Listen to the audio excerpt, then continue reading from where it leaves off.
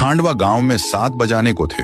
खांडवा गांव में हर शाम की तरह गांव में घंटी की आवाज गूंज रही थी। सब लोग 7 बजाने से पहले अपने अपने घरों की खिड़की और दरवाजे बंद कर दिया करते थे। हर आम आदमी से लेकर श्रीमंत लोग भी बंद कर दिया करते। उसी गांव में राणा सा और उसका बेटा देव दोनों एक घर में रहते थे। राणा सा अपने बेटे देव को बोलते हैं, बेटा देव जल्दी जाके सारे खिड़की दरवाजे बंद करो, 7 बजने वाले हैं।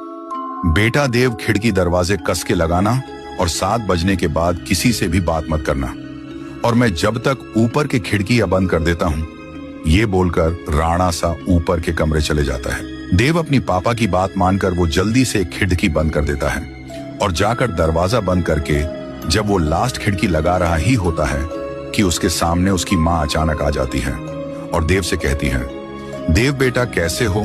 मैं तुमसे मिलने आई हूं, मुझे पहचाना नहीं? मैं तुम्हारी माँ हूं बेटा। उतने में देव हिचकिचाते हुए कहा, मम्मी तुम यहाँ कैसे?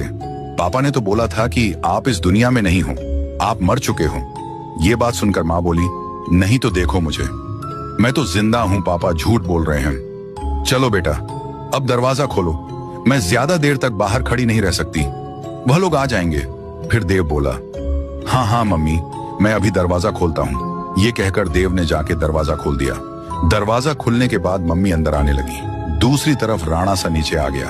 आते से ही उसने मम्मी को आते देख जल्दी दरवाजा बंद कर दिया और एक बाजू की खिड़की सब बंद करने के बाद राणा सा देव के पीछे गुस्से से आवाज लगाई।